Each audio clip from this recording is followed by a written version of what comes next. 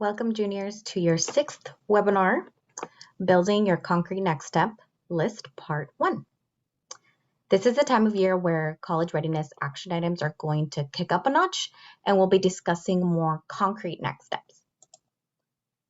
So today's objectives is for all of you to start thinking about building a concrete next step or how to. We're going to go over our CNS journey.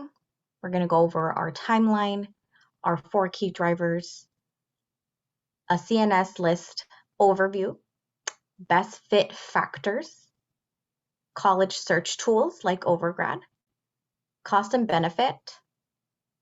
We're going to debrief with our mentor group, and then we're going to go over college readiness action items.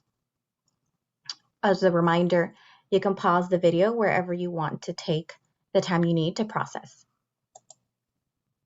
So this is a time of year where college readiness, like I mentioned, it's going to kick up a notch. So we'll still be planning as we transition into from the planning phase onto our deciding phase and what our concrete next steps could be.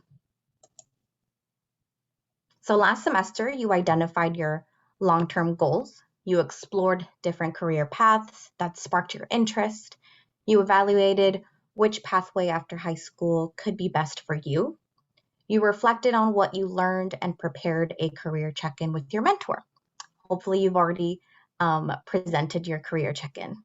This semester, you will assess what's important in building a CNS, and remember that's your concrete next step, and learn tools to research those steps. So you will review the different parts of a college application, and finally, you'll create a plan for how to best use your summer to reach your long-term goals. That's at the end of the semester what we'll go over. Right now, we're in the building your CNS part. So again, these are the 4 key drivers that we have identified that continue to influence a student's choices about life after high school and through college. So again, that is family and support. So your expectations, your values, who your role models are, who your support system is, your dreams and identity, so your vision and the impact on your purpose, school and belonging, how you feel prepared, how you feel that you're successful, cost and benefits, so that would be your finances and your planning for your long-term goals and what that's going to look like. So our research in Concrete Next Step has shown that there are these 4 primary drivers in a student's decision making. So we want to consider all of these as students begin to think about what their next steps are and which one is right for them. Post-high school, students can consider a number of next steps. They could choose to go to a technical, a vocational, or certification program leading into a career. They could go to a 2-year community college to earn an associate's degree, which can lead to a career or to further study. Students could go directly to a 4-year college. It is our expectation at Summit that 100% of our seniors apply to a 4-year college, so they have all options open to them. In considering the different drivers, students can make the most informed decision about what next step is best for them. So the next slides will focus on how to create a 4-year college list that best fits your needs. At the end, we will have additional resources for those of you who are also thinking of alternative pathways. So I just wanted to mention that the next slides are going to be heavy on how to create a 4-year college list. But we will have all additional resources for students who are considering different pathways. But again, we expect 100% of you to apply to a 4-year to have that option. So as you start to create a list, you want to start thinking about what schools are right for you and which one of those will help you achieve your long-term goals that we explored in our first few webinars. We're going to hear from some college admission experts and their opinion on how to build a college list. I think it can be so overwhelming, just the sheer number of schools. When you open up a guidebook and the guidebook is more than 1,000 pages long, you just wonder, where do you even start? But I think students who keep an open mind can do really well in the process, because there's so many wonderful institutions out there, and probably schools that you might never have even heard of. So if you're willing to go outside of your comfort zone, if you're willing to go to a school that you maybe haven't heard of, or in a part of the country that you're not really familiar with, you can really open up many, many doors for yourself. I think the process starts, let's start with academics. And so a student thinking a little bit about what they've done in the last 3 or 4 years with their academics, the classes they've taken, which classes they've really liked. Is it because of the teacher? Is it because of the subject? Is it because of the way it was taught? And really starting to think about, what they may want to study in college. And to think about, the way that material is delivered. Was it in lecture format? Did they do more group work? Did they do discussion-based conversations? And really thinking about what are the ways that they learn best, right? Ultimately, for me, when I'm talking with students, especially low-income students that are, looking at this process with sort of, not a lot of help in the process, really thinking about how to put yourself in a position to be really successful in college. So thinking through those sorts of things, thinking through a little bit about community, right? So what kind of community are you going to be in? Who's in that community? Where are they from? Are they all from the local area? Are they from a national pool and an international pool? If you're an underrepresented student, an international student, those sorts of things, is there a population on that campus? If that's important to you, you can look at those sorts of factors. Extracurricular activities, the things that you're doing now in high school are the things you want to continue to do. So maybe you're a flute player and you want to continue to play in college, although you think you may want to be a biology major. Or is there a school where you can still be in the band and the symphony, but be a biology major? Ask questions. Anything that comes to your mind, ask the question. There's no question that somebody else hasn't thought about, or that you should feel, oh, that's a stupid question, I won't ask them that. Sometimes I think students become stuck on one school, when in fact there is no one perfect school out there for them. And in fact, there are many, many, many schools that will be a good fit. And so it's more about figuring out what's the personality of a school and how does it mesh with your personality and what it is that you hope to achieve. Keeping that open mind so that you will have many options, and you'll ultimately end up at a place where you'll be really excited to be and where you will be able to have incredible experiences that will really broaden your perspective.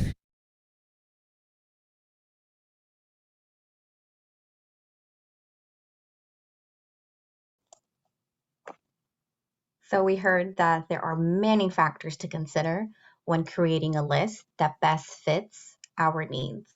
We heard about a school having a certain personality that matches our own. Definitely trying to figure out what factors are important to you in a school are going to be what makes it the best fit for you. So how to choose best fit factors. So which college fits you the best? Things to consider, to discuss at home, to discuss with your personal advisory board, to discuss with your peers, your mentor, whoever that person is that you trust. Things like location. Do I want to go far away from home? Do I want to go somewhere that's really hot, somewhere that snows? What kind of programs are available to me? Do I want to go to a public school or a private school?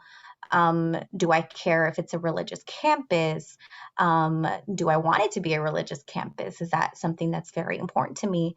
The diversity and the types of cultures that exist on that campus, the size. Do I want to go to a really big school, or do I want to go to a small school and continue that summit feel that exists in some campuses? Do I want to be in state, out of state? The cost, is it going to be super expensive for me to attend there? Do they actually have a lot of financial aid that they give out to their students? Those are all things that you can research. The selectivity of the campus, how competitive is it? How popular is it? How many students actually want to go there? Do I want to go to a 4-year versus a 2-year? These are all things that you could consider as you're making your list, and which one of these factors are the most important for you.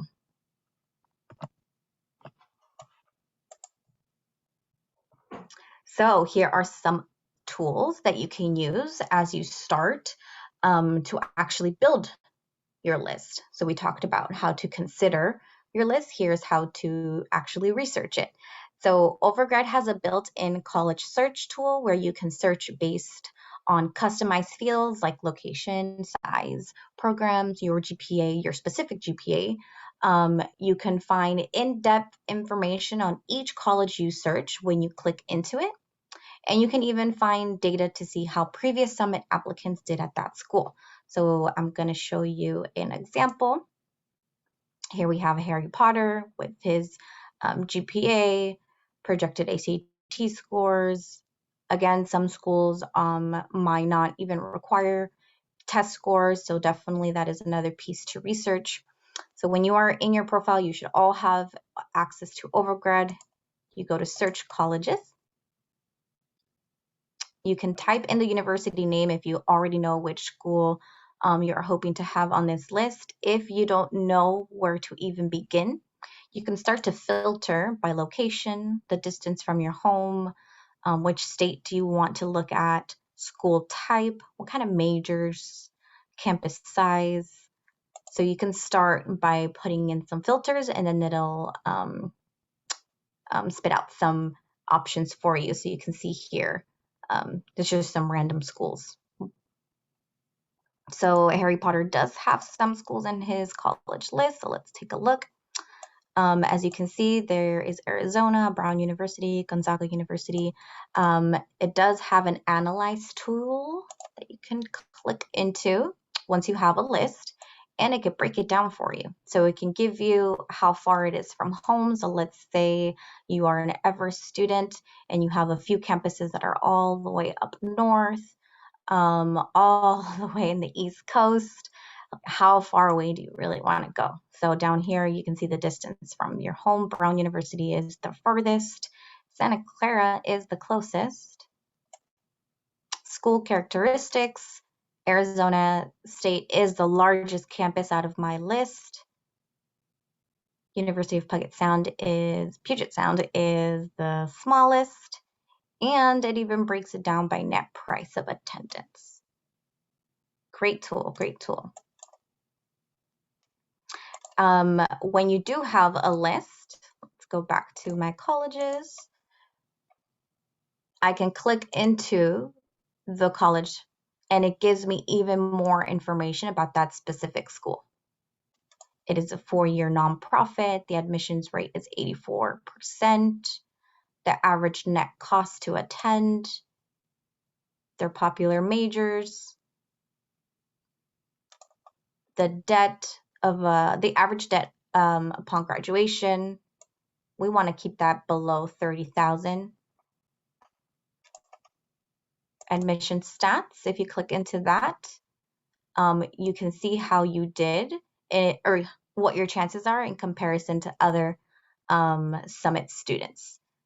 So you can play around right here with the school, unweighted versus weighted GPA, your SAT or your SAT. So you see how many students applied to this campus based on the class year. So in 2020, we had 9 students that applied, 9 students that got accepted, 1 student that decided to attend. So after you have compiled a college list, you can have it analyzed and you can present it to your parents or to your personal advisory board just to give you some feedback on where you've started. So our Summit alumni have told us that if they could change one thing about their preparation for college, they wish they would have applied for more scholarships while they were in high school. So this tells us that we should begin to dive deeper into our cost and benefit driver.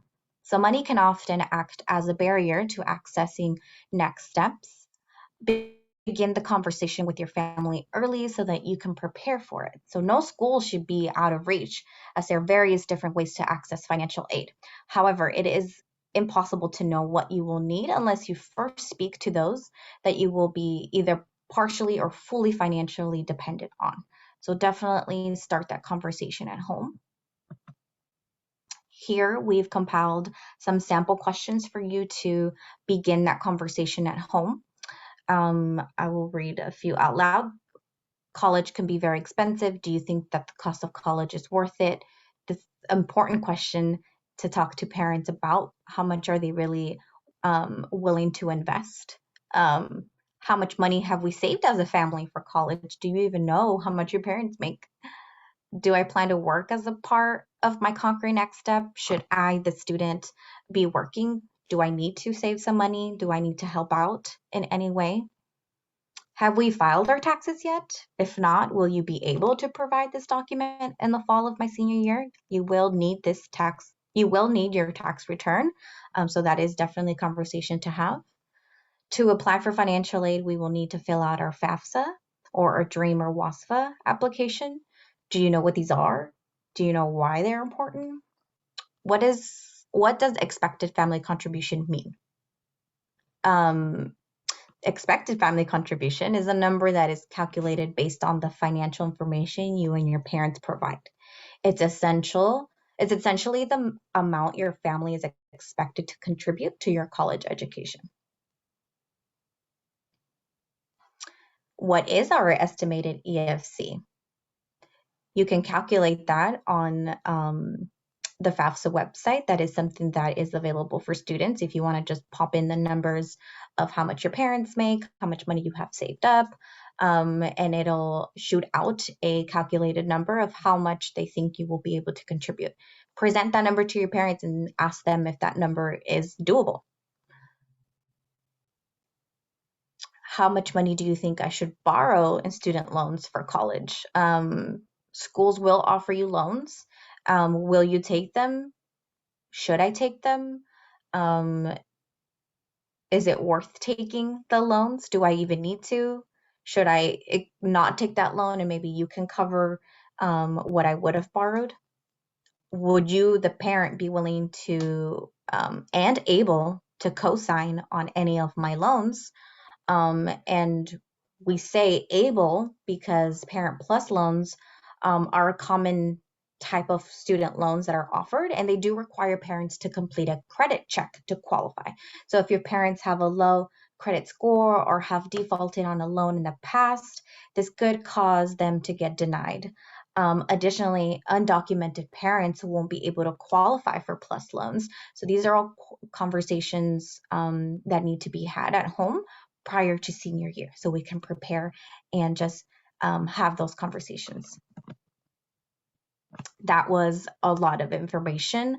Like I mentioned, this semester we're going to kick it up and we're going to start building some concrete next step lists. Our first semester we explored and we researched and we sparked our interest. Now it is time to get started on what we're actually going to need in order to be successful for senior year. So this is the time to debrief with your mentor group. What did you hear? Why is this work important? What did this make you think about? And what questions do you still have? You can pause the video here.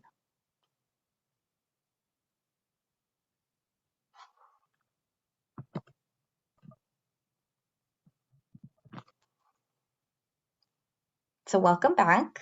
I know it was a lot of information. I hope you have a lot of questions because this is the time to ask them. Definitely reach out to the college readiness team if there's any follow-up questions that you have. So for the action items for today, for the rest of your SDL block, we're going to work on prioritizing your best fit factors. What are the things that are important for me as I create my college list, my concrete next step list?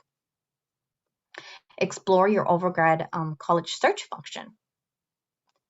Also, choose 3 sample questions that you want to discuss with your financial advisor. Remember, that's from your financial advisor from Personal Advisory Board. Choose 3 sample questions that you want to discuss with your mentor group as a whole or just with your mentor. If you're thinking of alternative pathways that is not a 4-year, you can explore these additional resources. We have an SPS career map, and then we have an SPS alternative pathway resource that you can click into and learn more about what those are. If you have questions during the block, you can G-chat us at collegereadiness@summitps.org or email us outside of the block at collegereadiness@summitps.org. Thank you.